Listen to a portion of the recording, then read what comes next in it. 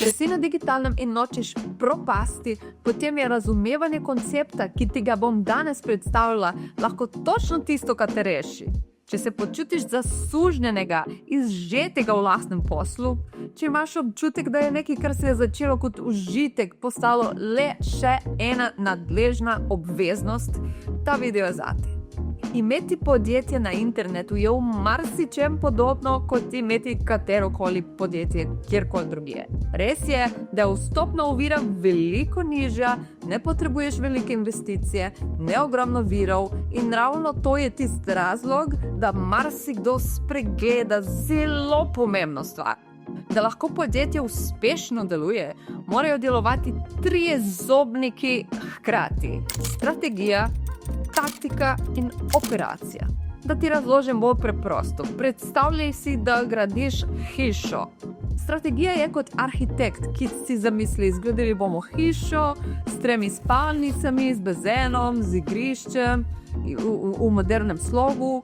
On odloča, kaj bo narejeno in kam želimo priti. Taktika je kot inženir, ki naredi načrt. Najprej temelji, potem stene, potem streha, potrebujemo 10 zidarjev, 5 električarjev in tako naprej. On razmišlja, kako bomo to naredili. Operacije so pa zidarji, električarji, slikopleskari, ljudje, ki to dejansko izvedejo vsak dan znova. Popolnoma različne vloge, različne veščine. In kaj je največja težava? Da na začetku, ko si sam v poslu na internetu, ko pičiš vse 3 funkcije v eni osebi. Ti opravljaš te 3 funkcije hkrati, zato ne moreš izpeljati projekta.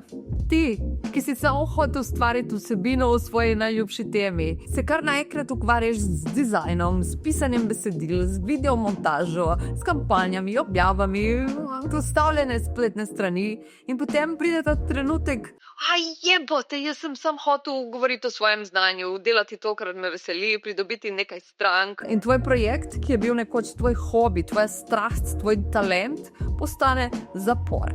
Tudi Instagrama več nočeš odpreti. Sam sebi rečeš, ne zmorem, to ni zame. Če si to že občutil, to je jasen simptom, da si preobremenjen z vsemi 3 funkcijami. In na začetku tako pač je. Kako naprej? Kako se vrneš v stanje, v katerem spet uživaš v tem, kar delaš? Evo ti dam nekaj pomembnih nasvetov. Glej se kot podjetje že od prvega dne.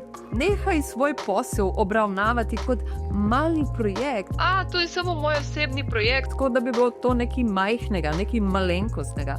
No, vem, da mogoče ustvarjaš vsebino v svojem prostem času, mogoče imaš neko drugo službo, ampak če želiš, da zadeva raste, se moraš od začetka gledati kot podjetje. Tudi če zdaj ne zaslužiš veliko, ni pomembno, no? Pomembno je, da razmišljaš kot podjetnik.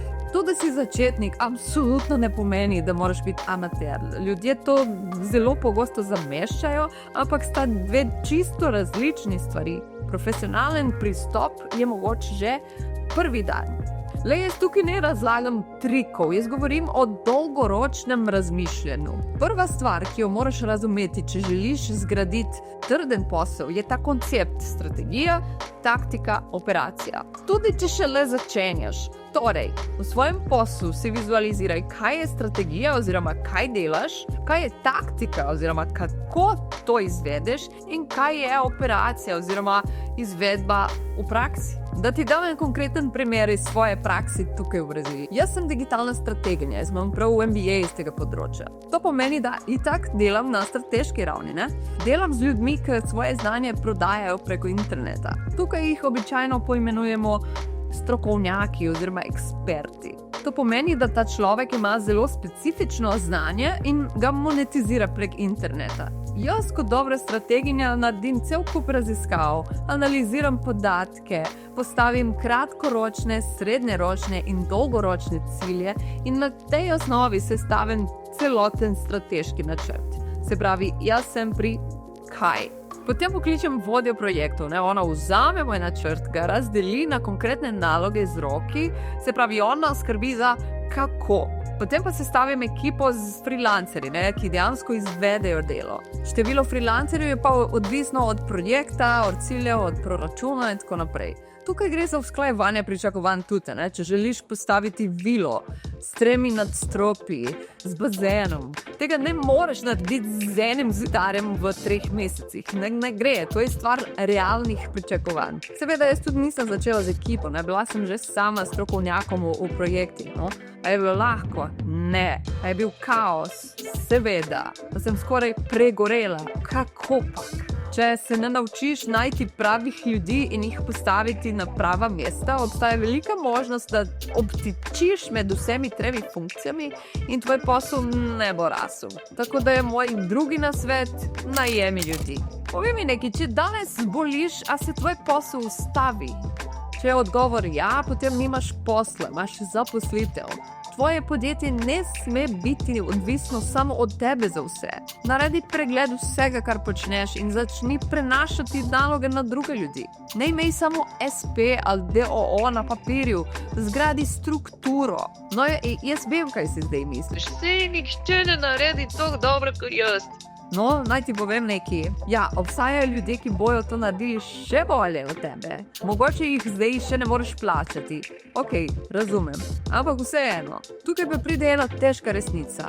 Včasih boš moral spustiti svojo popolnost, da bo tvoj posel lahko sploh rasel. Iskreno povedano, meni to še danes je težko. Jaz sem zelo natančna, perfekcionistka po duši, ampak pridejo trenutki, ko moram spustiti nekaj v svet, čeprav ni popolno, samo zato, da stvari grejo naprej. Napredek je pomembnejši od popolnosti. Ti povem primer iz današnjega dneva. Jaz sem v enem projektu, v katerem sodeluje en videomontažer. Jutri imamo pomerno kampanjo in video mora ven, ampak fant je začetnik. No, veš kaj, jaz znam montirati videe, jaz dejansko imam izkušnje s tem. In ko gledam, kaj je naredil, toliko stvari bi spremenila. Ampak se moram ustaviti, ne morem mu vzeti dela z rok. Mora se učiti, mora dobiti povratne informacije, mora zrasti. Ta video bo šel ven z napakami, z detalji, ki bi jih jaz naredila popolnoma drugače. Ampak če prevzamem njegovo delo, potem pa kaj, mu kradem priložnost za rast. Sama si naložim preveč. Projekt zamuja in na koncu vse skupaj izgubi smisel. Svet se ne vrti okoli mene, ne? Pri nas se reče, svet se ne vrti okoli mojega popka. Mimogrede, naroči se na kanal, ker eden izmed naslednjih videov bo ravno vaja, s katero boš ugotovil, za katere naloge moraš najprej zadolžiti nekoga drugega. Ker ni isto za vsakogar, obstaja metoda, s katero to odkrijemo. In naj ti še povem to, da če ne znaš zadolžiti nekoga, to je tudi čista nočna mora. Zato naroči se tu, vklopi obvestila, da ne zamudiš. In glede tega imam še en nasvet.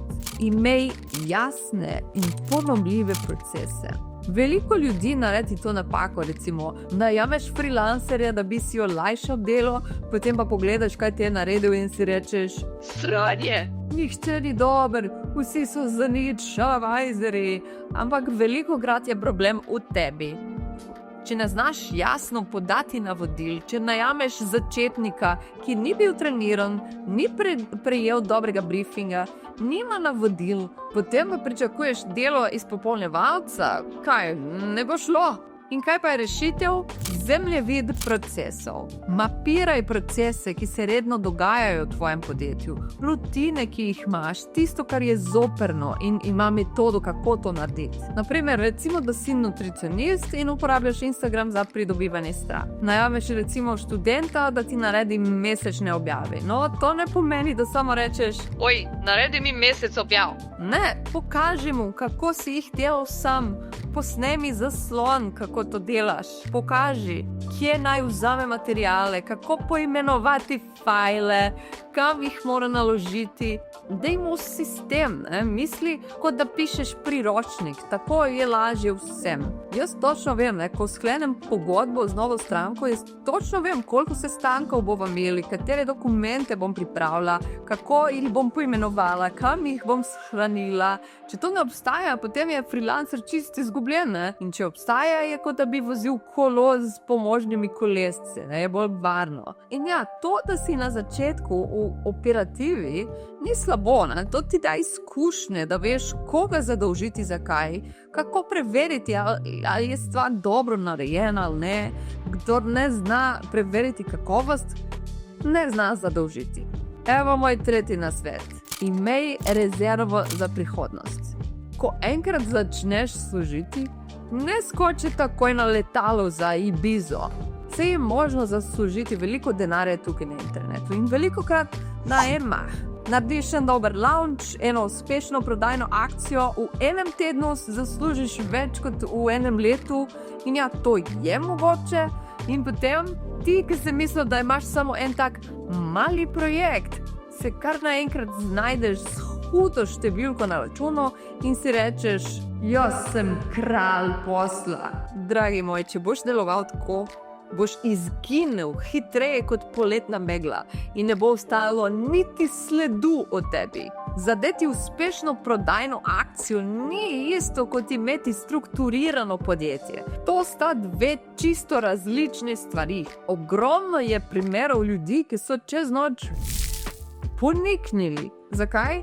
Ker niso razmišljali dolgoročno, ker so zamenjali eno prodajno akcijo za posel in potem so izginili kot prah. In naj ti povem nekaj, denar izgubiš veliko hitreje, ko ga zaslužiš, ne? Zato, ko začneš končno služiti, naj bo tvoja prva misel vlagati nazaj v svoj posel. Itak, ne boš rabil opremo, dober računalnik, dober telefon, drugače ne gre, ne? To je tvoje orodje, to je oprema. Potem pride na vrsto ekipa. Prej, ko začneš sanjati o počitnicah na morju, se prepričaj, da imaš poslovno strukturo postavljeno. Najprej potrebuješ močno, zdravo in bogato pravno osebo oziroma tvoj posel in šele na to postane tvoja fizična oseba bogata. Ne obrni vrstnega reda, važi. Moj namen tukaj ni, da ti pripovedujem neke lepe pravljice, res ne, ni lahko, to je trdo delo, če si len pet raje delati nekaj drugega, ne izgubljaj časa tukaj na mojem kanalu. Zdaj, če si se vsaj malo prepoznal v tem videu, če si ravno v tisti fazi, ko se odločaš, kaj hočeš ali nočeš početi, a se boš ukvarjal z digitalnimi izdelki ali ne, narodi se na kanal, ker ti bojo naslednji videi zelo, zelo pomagali. Evo, to je to za danes, vidimo se v naslednjem videu. Čau!